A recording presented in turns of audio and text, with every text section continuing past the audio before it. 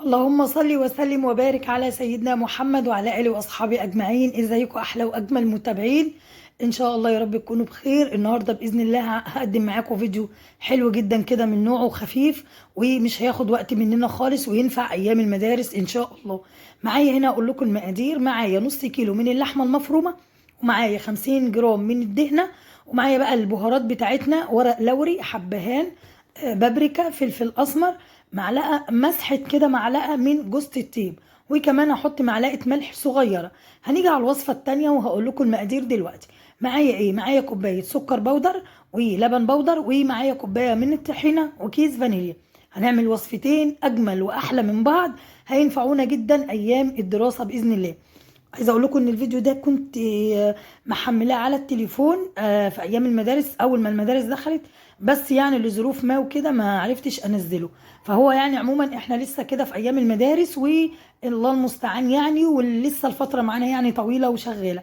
معايا ايه هنا؟ حطيت جبت حله، حطيت معايا لتر من الميه، حطيت فيها البهارات اللي احنا قلنا عليها، وهنزل بقى بعد الميه كده ما تغلي معايا، هنزل بنص كيلو من اللحمه والدهنه على البهارات اللي انا ايه اضفتها للميه. وبهاراتنا ايه نقولها تاني؟ نقول معايا مثلا 3 4 ورق لوري، 3 4 حبات كده من الحبهان، وكمان معايا بابريكا وفلفل اسمر، كل دي معلقه صغيره يعني لا تذكر يا جماعه. وهنزل بيهم على ايه؟ على الميه المغليه. طبعا ما انساش البابريكا والفلفل الاسمر، ومسحه كده صغيره جدا من جوز الطيب على على الميه. خلاص، وهنزل بقى بيهم في الميه اللي بتغلي. بصوا بقى، اول ما اللحمه كده هتبدا تغلي معايا وتبدا تستوي تخش في التسويه، هحط لها نقطتين من اللون الغذائي عشان يديني بقى لون حلو قوي للبلوبيف، اللي هنشوفه ان شاء الله احلى واجمل بلوبيف ممكن تعمليه في البيت ومن غير تكاليف كتير، ومش هياخد منك وقت نهائي خالص وانت واقفه في المطبخ. ويا سلام بقى لو عملتي كده لاولادك وهم رايحين بقى الصبح الكليه او رايحين الجامعه او رايحين المدرسه، او مثلا عشاء سريع جدا. مفيش احلى كده من انك تطلعي الحاجه من الفريزر وتعمليها كده. وخلاص اللحمه معايا كده بعد ما خدت غلوتين ثلاثه على النار، يعني هي خدت معايا بالظبط بالظبط 10 دقايق، وكانت معايا اللحمه طبعا مفرومه، مش هتاخد وقت في التسويه نهائي. خلاص، وبعد كده هطلعها على مصفى علشان اصفي الميه، وكمان هشيل منها الحبهان بقى والورق اللوري واي قشور ممكن تضايقنا في الفرن. خلاص، وجيت بقى سبت اللحمه بتاعتي تتصفى وتبرد شويه، وجبت هنا معايا معلقتين من الجيلاتين. الجيلاتين ده يا جماعه نباتي. خلاص، وهحاول بقى ادوبهم كده مع شويه ميه عاديه جدا من الحنفيه، وهدوبهم كويس وهركنهم بس اللحمه معايا تبرد شويه. هركن الجيلاتين معايا على جنب. عايزه تستبدلي الجيلاتين باي حاجه ممكن تستبدليه بالنشا، ممكن ما تحطيش اي حاجه خالص، ولا جيلاتين ولا اي حاجه، والبلوبيف هيمسك معاكي. اللي هيفرق معايا في الجيلاتين حاجه واحده، انه هيديك المطه اللي انت ايه بتجيبيها من المصانع ومن الشركات والحتت دي. لكن هو مش هيفرق معايا خالص في الطعم، هو بس كل الحكايه هيديكي مطه كده زي اللي بتحسيها في اللانشون او البلوبيف الجاهز. خلاص، وبعد ما سبت كده معلقتين الجيلاتين بتوعي على جنب، حسيتهم تقلوا شويه، خففتهم بكمان حبه ميه قبل ما اضيفهم على اللحم.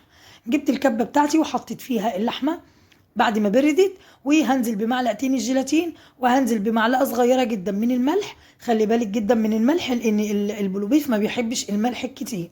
خلاص، لان انا ضفت في الميه ملح وضفت هنا ملح. بعد كده هحط معلقه من الثوم البودر، بصل بودر، معلقه صغيره جدا من السبع بهارات او جوزة الطيب لو عندك اي حاجه منهم تمشي. وبعد كده هنزل بالملح بتاعي، ومعلقه من البابريكا، معلقه حلوه كبيره كده.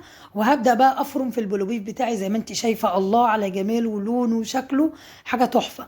هاخد بقى معلقتين من الميه بتاعه اللحمه، طبعا عايزه اقول لك كلها خير، يعني خساره خساره لو هدرتيها.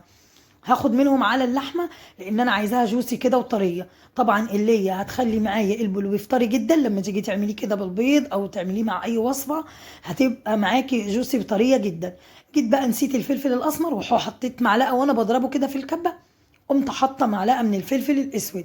خلاص، وبعد كده خلاص فرمتها لحد ما نعمت خالص، والبلوبيف معايا بقى زي الفل وناعم وزي القمر. اكيد انتوا شايفين لونه بقى.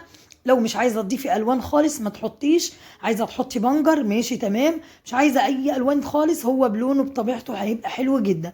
وبعد كده جيت نزلت بكل البلوبيف بتاعي جم على علبتين. العلب دي بصراحه كانت موجوده عندي، فقلت ايه افضيهم. جبت كده مسحه بس من الزيت في العلب، ورحت ايه حاطه نازله بالبلوبيف، وجبت كمان كيس من اكياس التلاجة، وعملت ارضيه كده في العلبه ودهنتها زيت، وحطيت البلوبيف بتاعي في قلب العلبه. وهركنه بقى على جنب لما نخش على الوصفه التانية الجميله جدا جدا اللي ولادنا كلهم بيحبوها، اللي هي الحلاوه الطحينيه. هجيب كده كوبايه السكر البودر وهنخلها. مهم جدا انك تنخليها علشان لو فيها تكتلات ولا حاجه. طبعا الحلاوه معروفه انها تبقى ناعمه ودايبه. وبعد كده جبت معلقه من الكوبايه سوري، كوبايه من السكر البودر، وكوبايه من اللبن البودر، ونخلتهم كويس.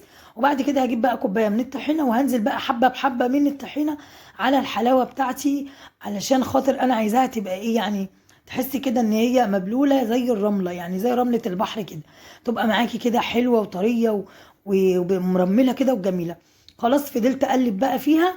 كل ما تعوز معاكي طحينه حط لها، بس بصراحه انا حطيت طحينه جت معايا زايده شويه. زي ما انت شايفه هتجيبي بقى العلبه برضو نفس العلب هي. هتجيبي اي علب عندك علب تلاجة، عندك اي علب استغليها، علبه جبنه نستون، كل حاجه تمشي.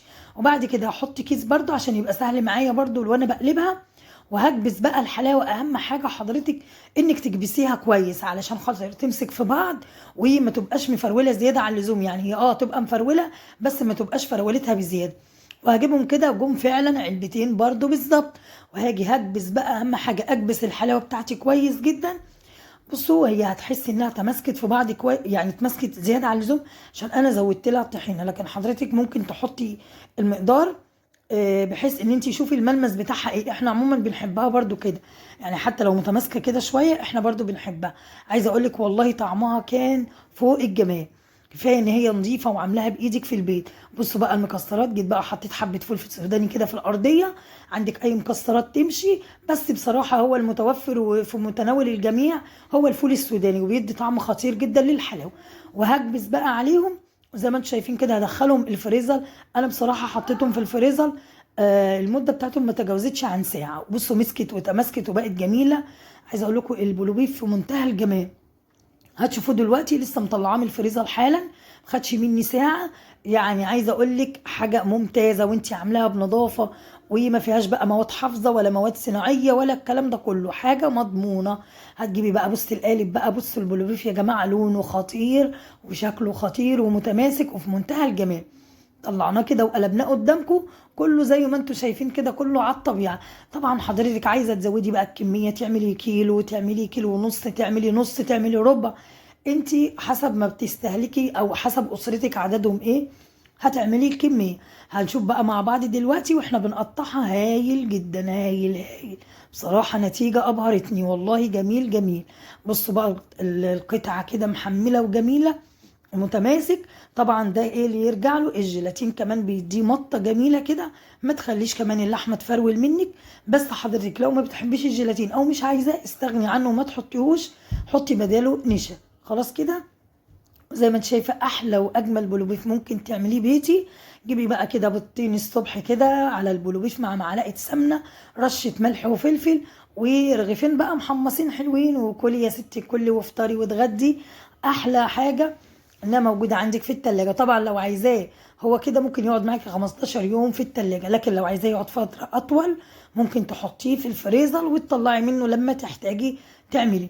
وادي كمان هنقلب مع بعض الحلاوه. شايفين بقى الحلاوه والجمال؟ مش محتاجه كلام، هي بتتكلم عن نفسها. شايفين بقى الجمال؟ القالب كده جميل وهينطق، والفول بقى عامل شغل كده وعامل عمايله. طبعا برضو حضرتك الكميه في ايدك، عايزه تزودي زودي. زي ما انت شايفه هنقطع مع بعض بقى الحلاوه. حاجه كده يا حلاوه يا حلاوه على الجمال، الله جميله. بص انا هاكل حته فوله دي، حاجه جميله بقى، والفول كده محمص وحاجه روعه. عايزه اقول لك اي حاجه في البيت بتعمليها جميله جدا والولاد بيفرحوا بيها. هتجيبي بقى كده تعملي لهم سندوتشات الصبح، حلاوه بقى او بلوبيف يمشي، ممكن برجر يمشي، تبقى حاجه جميله. طبعا القالب ده انا كنت عامله نسخه قبليها بيوم، بس كنت عاملاها ساده وكنت عاملاها في قالب مسطح عادي، لاني بقول قبل ما اعمل اي حاجه بشوف كده ان انا اجربها معاكم الاول، ان انا بجربها قبل ما ايه ما بنفذها معاكم في الفيديوهات. يا رب ان شاء الله الفيديو النهارده يكون عجبكم.